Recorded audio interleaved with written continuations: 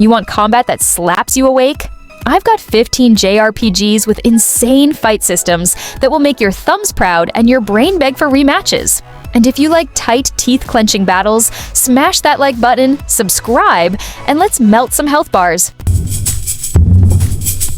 Kicking things off at 15, Grandia Extreme. Grandia Extreme is not here for your feelings. It's here for your timing. This is a grinder's paradise, built around the active wait system that straight up punishes bad decisions. You don't mash. You read enemy animations. You interrupt. You cancel. You reposition. Every single fight asks, are you actually paying attention? And if you aren't, the game lets you know immediately. The combo system is sneaky deep. You link attacks not just for damage, but to delay enemy turns. That simple idea turns every trash fight into a tiny tactical duel. Then you slap on mana eggs, and suddenly your characters mutate into these weird custom builds that shouldn't work, but absolutely do. Glass cannons, support monsters, debuff kings, it's all on the table. Now, the story is serviceable, let's be honest. It's not winning awards, but the combat? The combat carries this entire experience on its back like a champion weightlifter. Every battle feels like a mini chess match where you're allowed to punch the queen in the face. If you love systems first and plot second, this one hits hard. Next up at number 14, Monokemia 1 and 2. Monokemia is what happens when alchemy actually matters in combat, not just in menus. Every weapon you craft changes how a character plays. You're not just boosting stats, you're reshaping your entire battle style. Suddenly that support character is a damage monster. Suddenly that slow hitter becomes a stun machine. Combat runs on party swapping in real time, which keeps fights fast and flexible. You're not locked into mistakes. You adapt, you pivot, you counter. And the counterattack windows? Chef's kiss. Land them right, and enemies spiral into full-on disaster mode. Monokemia 2 tightens the pacing and smooths out rough edges, so together these games form a perfect progression of smart RPG design. The loop is simple but dangerous. Fight, craft, get stronger, realize you built something broken, then break the game right back. If you like systems colliding in clever ways, where preparation actually changes the battlefield, Monokemia is addictive in the most toxic, beautiful way. Next at number 13, Xenosaga Episode the 3rd. This is where Xenosaga finally lands the plane. Episode the 3rd trims the bloat, sharpens the combat, and turns fights from endurance tests into precision executions. The break system forces you to think about turn order, enemy armor, and when to unload everything you've got. Customization finally clicks. You're not just upgrading stats, you're planning turn manipulation, elemental pressure, and burst damage. Boss fights stop being hit sponge problems and turn into pattern-reading puzzles with teeth. Mess up your setup and you'll feel it immediately. And yes, it's still insanely cinematic. But now, the gameplay backs up the drama.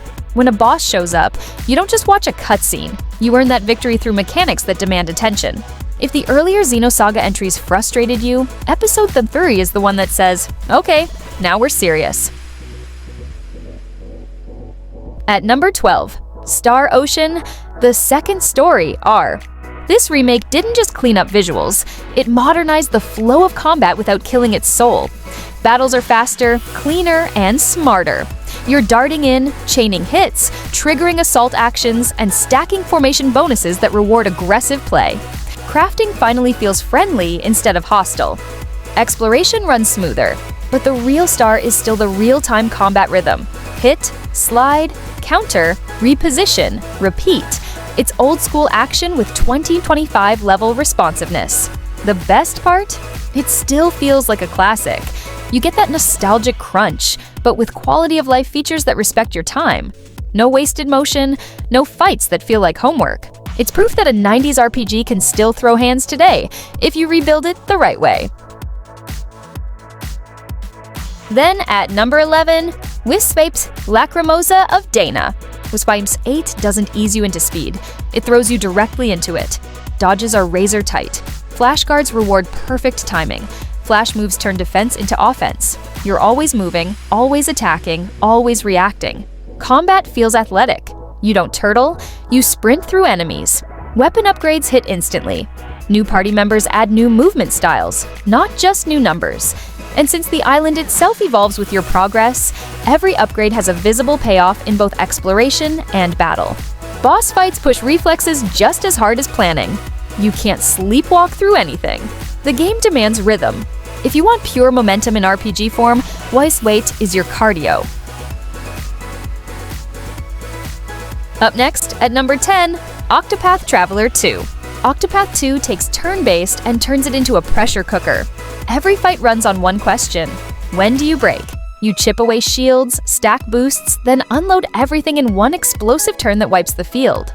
Latent powers spice every character into something dangerous. Job combos let you bend rolls into wild shapes. And because enemies hit hard, you're never allowed to autopilot. The day-night system and path actions link battles to exploration, so combat always feels like progress, not filler. Every new weapon, every passive bonus, every synergy you unlock feeds directly back into the battlefield. It's methodical, then suddenly violent. That swing is why it works. At number 9, Valkyrie Profile 2 Silmeria. Silmeria's combat is a controlled explosion.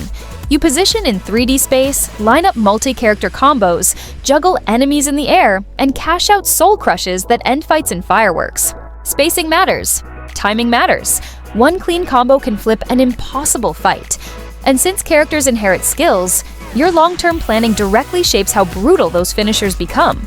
Dungeons push you into tactical movement, not just button presses. This is one of those rare RPGs where brains and reflexes share the spotlight. Stylish, punishing, surgical.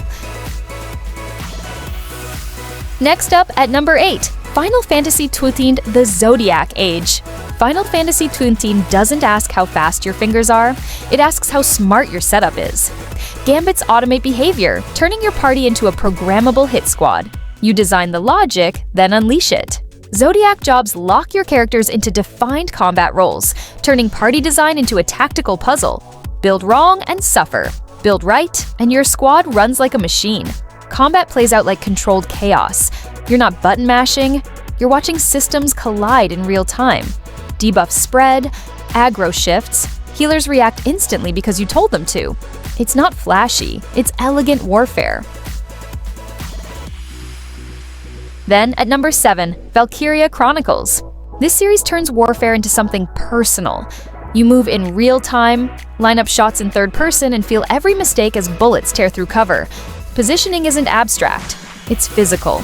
Morale matters, range matters, terrain matters. And because characters can permanently fall, every move carries weight. This isn't just tactics, it's emotional pressure layered on top. Every battle feels like a miniature war story. Slow pushes, desperate defenses, risky charges that either save the day or end careers. Few RPGs make you feel responsible for your strategy like this one. At number 6, Tales of Grace's F. This is pure combat flow. The linear motion battle system lets you chain RDs, sidestep, cancel, and loop combos like a fighting game. Positioning turns into offense. Defense transforms into momentum. Each character plays radically different. Learning their quirks opens insane damage routes. You don't just get stronger, you get cleaner, faster, sharper. The remaster cleans up responsiveness so everything snaps into place. No stiffness, no input lag, just motion. If you judge RPGs by how good their combat feels minute to minute, this one never slacks. Next, at number 5, Shin Megami Tensei V Vengeance. This game does not care about your confidence. It hunts it. Everything runs on weakness exploitation. Hit right and dominate. Miss once and watch your party collapse. Demon Fusion is the core addiction. You build armies. You break them apart. You rebuild them better. Every fight becomes a test of preparation, not luck. The Vengeance route adds new threats that push the ceiling even higher. Bosses expect mastery. The game assumes you understand pressure. This is discipline as a gameplay loop, and it's brutal in the best way. Sliding to number 4, Nier Automata. Nier never lets combat get stale. 1 second you're slicing through machines, the next you're dodging bullet hell patterns. Then you're suddenly platforming mid-boss fight. Weapon swapping, pod programs, and movement tech turn every encounter into a kinetic puzzle. You're always reacting to something new. The controls stay simple, but the situations never do. What sells it is flow. The animations, the transitions, the way combat shifts on the fly without stopping the action. It's unpredictable in the best way, and every phase feels intentional. Next up, at number 3, Persona 5 Royal. Persona 5 Royal turns every battle into a stylish execution. You exploit one weakness and the whole machine spins up. Baton passes chain into showtimes. Enemies collapse in rounds of perfectly staged chaos.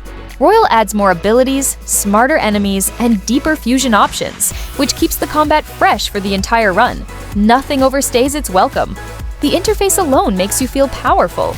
But underneath the gloss is a tactical engine that rewards clean planning and intelligent turn control.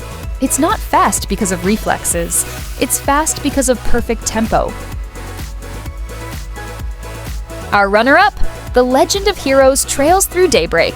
Falcom's combat design is about long-term mastery, turn order manipulation, elemental chaining, party synergy that grows over dozens of hours. Boss fights aren't walls, they're exams. The game remembers your builds. It tests your understanding.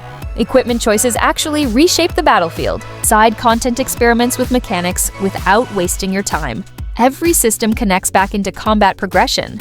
If you like RPGs that reward patience with power, this series feeds you for years.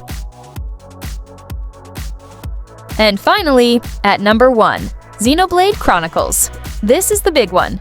Real-time arts, aggro management, positional bonuses, chain attacks, party roles that actually matter. Everything runs at once, and somehow stays readable. Boss fights feel like wars of endurance and timing. You're juggling cooldowns, watching enemy tells, setting up burst windows, and praying your healer survives long enough to finish the chain. Exploration feeds directly into combat growth. Stronger monsters tempt you early. Better gear changes how fights unfold. The world itself becomes part of the system. This isn't just combat, it's an ecosystem. And when it clicks, nothing else feels quite like it. That's 15 JRPGs that hit hard in 2025. Which one wrecked you the most? Drop your top pick in the comments. Fight me there. If you loved the list, hit like, slam subscribe, and ring that bell for part 2. I've got more combat chaos queued up. Thanks for watching. Now go practice those parries. Peace.